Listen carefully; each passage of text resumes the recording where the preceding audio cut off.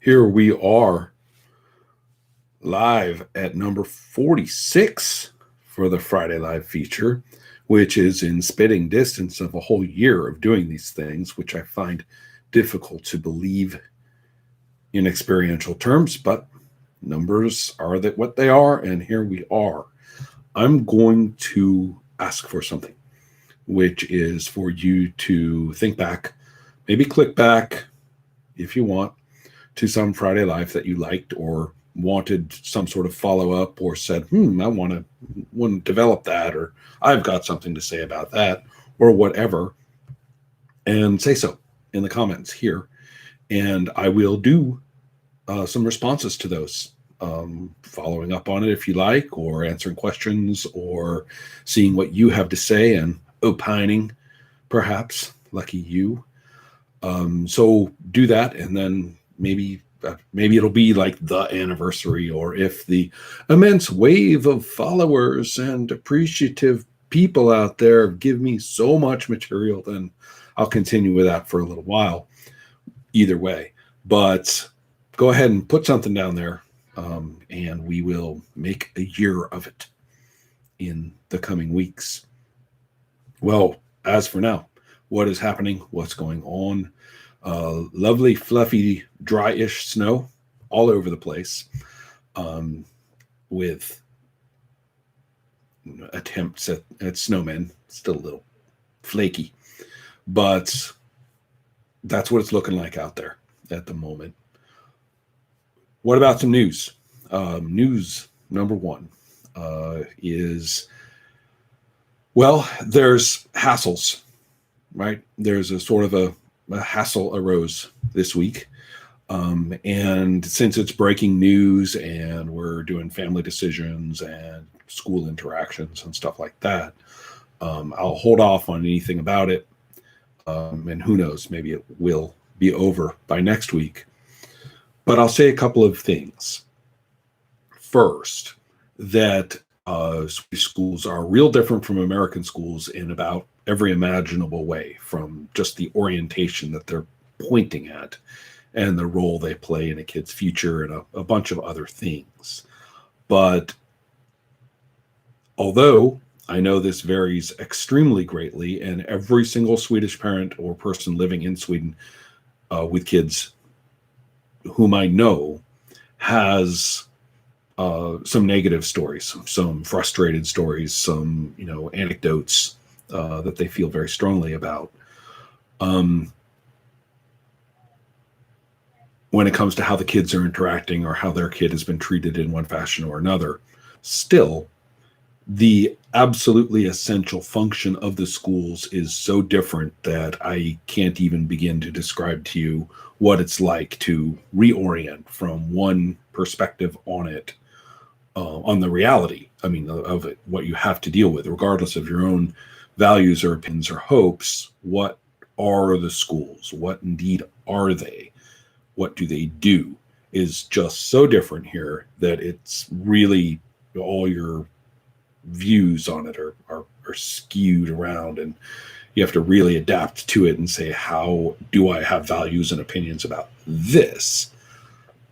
Back in the States, when one of my sons experienced a lot of really nasty bullying, what today we call microaggressions, but then rapidly scaling up into plain old physical abuse.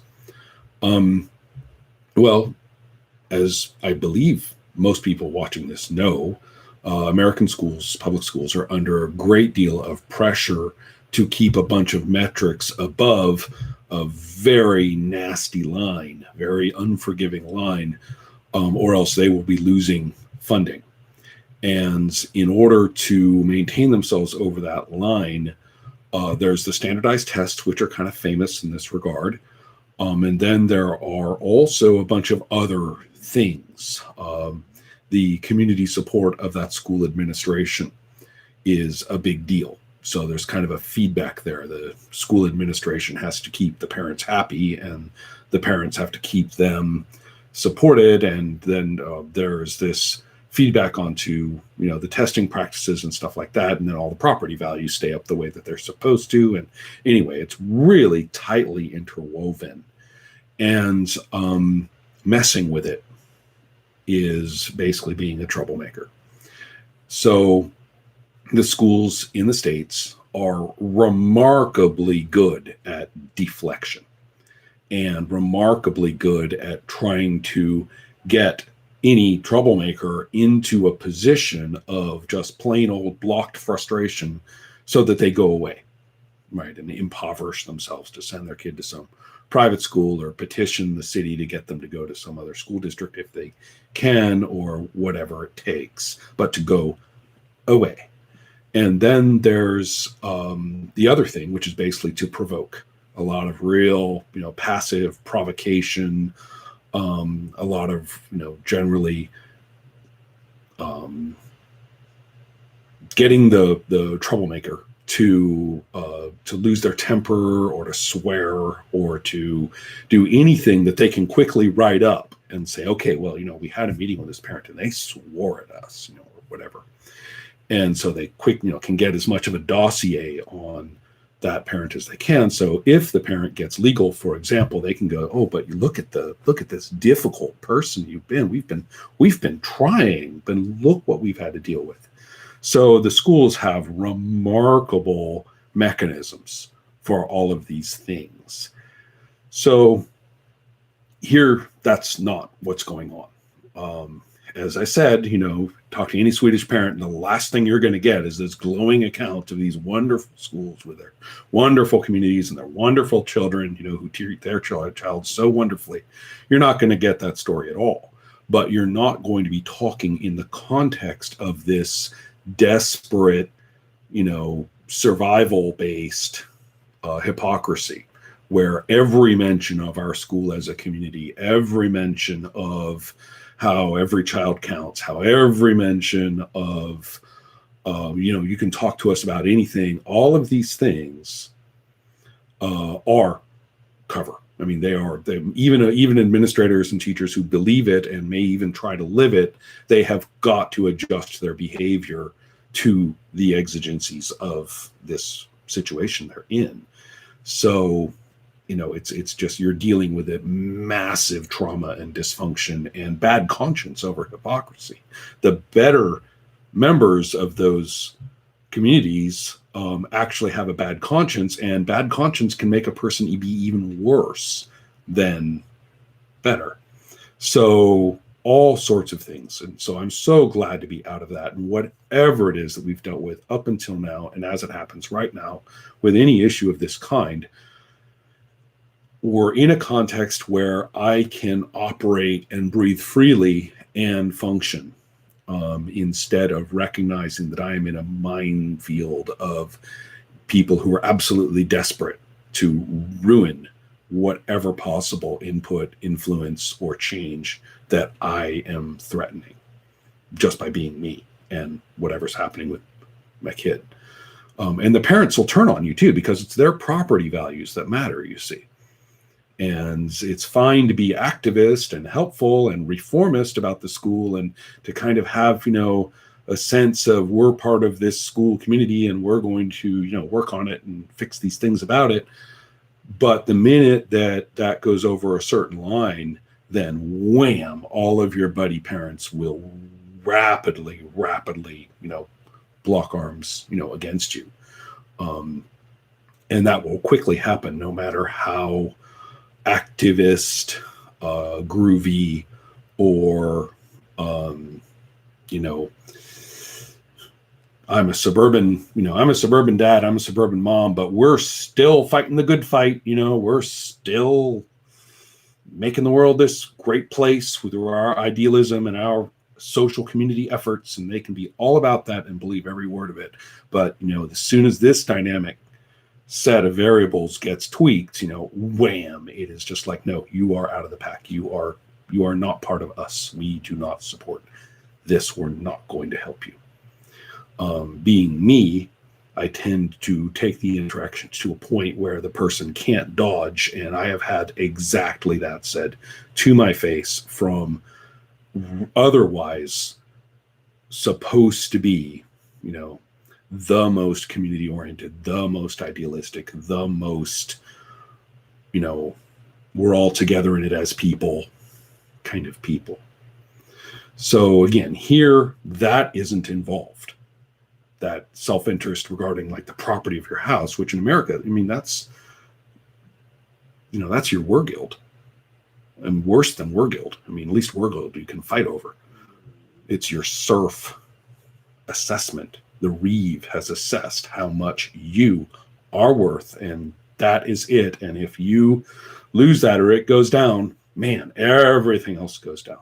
It's your only asset, really. So, the amount of debt you're in with that object as no other. So, in that circumstance, you're going to get medieval serf village behavior. Okay, so all that's kind of cool not to be in. And what other interesting little details might I add? Now, these might exist in the States, and I just never encountered them, these things I'm about to mention. So I'm not going to say, here in Sweden, we have this, and then everybody, over in Walmart will kind of look at me funny and say, what, you mean these?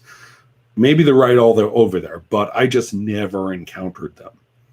And so I've only encountered them here. So I'm going to associate them with how I'm living over here or right here. You're over there. I'm right here. And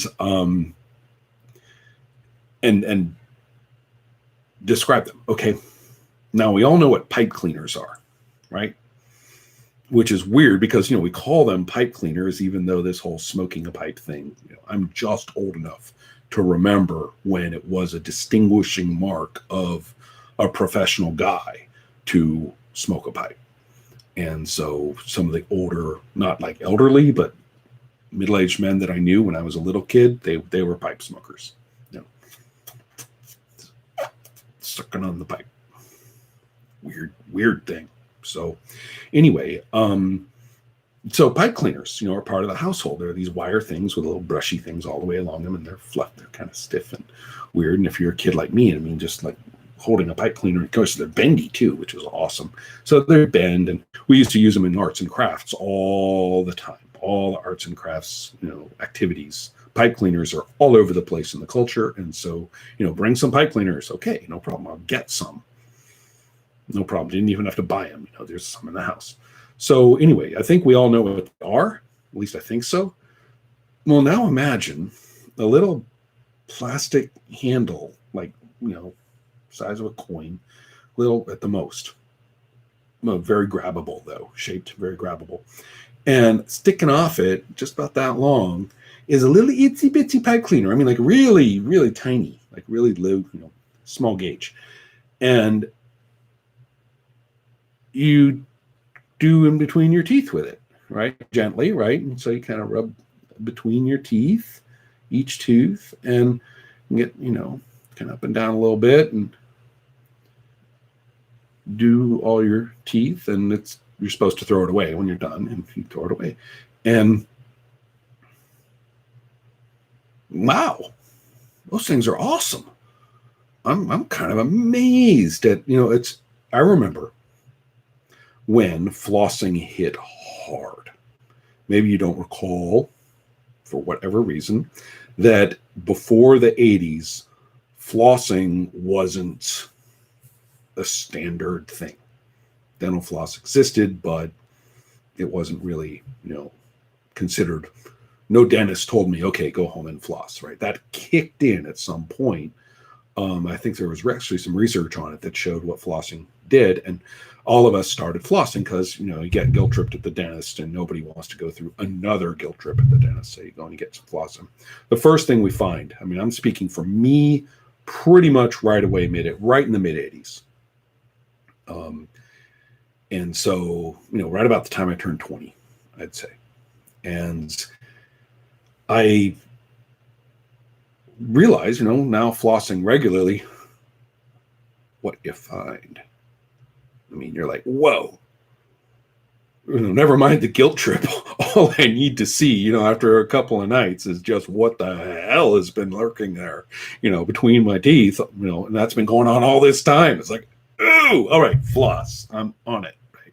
So I'm pretty sure that I think even a conversation or two at that time confirmed that all of us were having the same reaction. We're kind of like, picking up my next box of floss, no question. So anyway, that's kind of where I've been at, over the years. And it's kind of interesting. Your teeth move around when you get older, right? Yeah, right there. That's actually pretty new. So, they move around a little bit, and some press up a little more against each other, and some, not so much. And so, I was recommended by the Swedish dentist, you use these things, right? And I'm looking at him, I'm going, for what? what's that? Why? Right? And the dentist is like, no, it goes like this. And I was like, oh, this thing's rock and roll. I'll go buy some. They're cheap. And so I'm a fan now. I'm like, it's really funny. I mean, it's like if you get teeth that squeeze together, as I think all of us know, it's easy to cut your gums when you're trying to floss. And as you get older, and those of us who had amalgam silver fillings when we were kids, right? All the teeth are cracking apart around them. So then you have to get all these things done to your teeth that you always said you wouldn't have to get done because you've been brushing and flossing all these years, but now you do. So anyway, though, with some breakage here and there, and then with some repair here and there, you've got, teeth that are pressing up against each other more than you wanted. So flossing doesn't work so well for those. I mean, you have to get it through the tight part, and then it snaps down into the gum, and you get hurt yourself and all sorts of stuff like that. So, but anyway, these little thingies, though, you do this, and they feel funny. They feel funny because they're bite cleaners, right? It's like, cool. So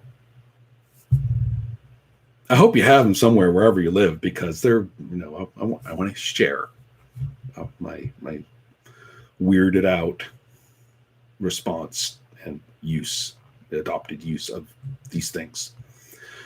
Other news is we're reading, right? Remember I said that my daughter and I were reading Knight's Master by Tanith Lee. Goodness gracious. No, we're not. That's for later, right? She's only 13. No, we read Don't Bite the Sun by Tanith Lee, which was deeply successful. She was totally into it, and discussable moments every which way, and a wonderful science fiction experience together. So I waited a little while, and of course she had more Wings of Fire books to read and other books to read that all involve anamorphic parties or, teen peer groups, conflicting peer groups of, there's the cat one, there's the animals of the savannah one. Anyway, it goes on and on. There's like bazillions of these. So she's happily working her way through whichever one of those is on at the moment. But sooner or later, I said, okay, next book. So we just started up reading The Lathe of Heaven by Ursula Le Guin. And it's really interesting to start in on this, because you may remember that at that time, mid-70s, fantasy and science fiction, but particularly science fiction, was expected to be, or at least the writers getting into it were inclined to be, very, very poetic, right? Whether it's James Sallis or Roger Zelazny, and a lot of these people are reaching back into the weirder written pulp fantasies and science fiction, which often had this archaic mode of speech or oratorical mode of speech that wasn't really like a Renaissance fair. They're not all, what ho, traveler? It's, as I like to say, that what I hate so much, that people who think that Geoffrey Chaucer and Thomas Malory and William Shakespeare were contemporaries, and then they write like it as if they were, and they're not. And I just imagine what that would sound like, and that's how they write, and that's how they talk, and there's I can't stand it. But anyway, the works that I'm talking about, they didn't do that. Either the old pulp ones or the ones that are all clearly influenced by them. They have this happily tangential, poetic description of some natural phenomenon or maybe even some made up phenomenon and just talk through, and then they move into the plot, and it's real, unexplained. They don't care. The imagery matches, and that's in their mind, and that moves into that. They want you thinking about stuff like that, whatever. And then that's now when we meet the character doing a thing. And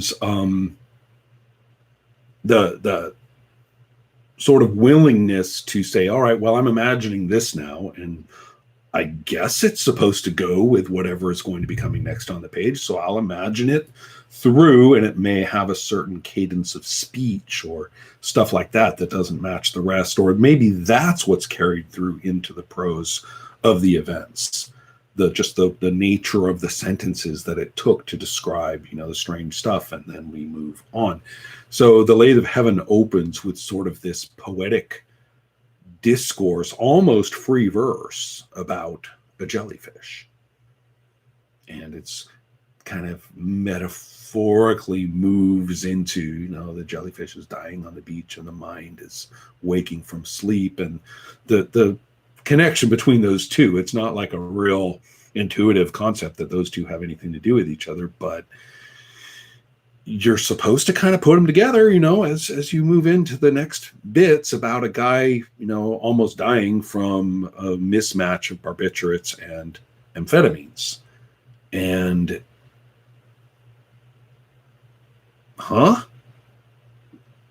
okay, run with it, man. Just read it in. Just go into the jellyfish poetry and just come out into this guy. It's told from his point of view as his perceptions are, pinballing all over the place and things aren't making any sense. And it says, there's lines like he grabs onto the wall, but then the wall became the floor. And then Benny leaned over him and said, "Are you okay?" I mean, I think you remember that kind of writing. So it's not real common these days, I think. So anyway, I'm reading this and I'm thinking to myself, Annika's sitting next to me, and I'm reading and thinking to myself, this is loopy prose, man. Nothing she's read has like prepped her for this. So after, a couple, 3 paragraphs, I'm kind of like, do you see that? And she's going, I get it. He's, he's overdosing or something like that. Or he's waking up. The drugs have, he's waking up from the drugs. Come on, Papa. I get it. And I was like, well, cool, And later on, the prose is also very prose-like in that when there's a dialogue, it's just the dialogue, and then just the next person's dialogue, and once in a while, like a phrase after the dialogue, like, his eyes narrowed or something like that, and then the next phrase of dialogue. So there's an interchange of dialogue, but it's not telling you who's speaking or what they're thinking about, why they do, while they do it, or a whole bunch of contextualizing prose around it. There's no camera work, if you will, and no exegesis of the conversation as you go. And this is very interesting when you're reading aloud, as I have learned, many times, is that perhaps it's one reason why people do voices when they read, which I tend not to do. And you kind of,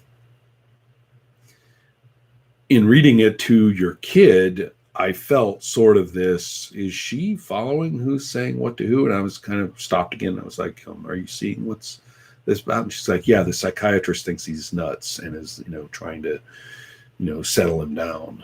And I was like, oh, she gets it. Okay, so we read through the first couple of chapters where we, the readers, swiftly realize that, no, he's not nuts. And it's moving on very nicely. It's a pleasure. I'm really looking forward to these. At present, she is the kid who's the most receptive to this, or the most enthusiastic about it. Sometimes when I'm reading, the other kids will pile onto the couch and read, listen along with her, but none of them has done so to the point where they basically are like, okay, next chapter, that like she and I have at the moment. Well, that's the latest. Looking forward to responses like those I talked about, and happy Friday to us all.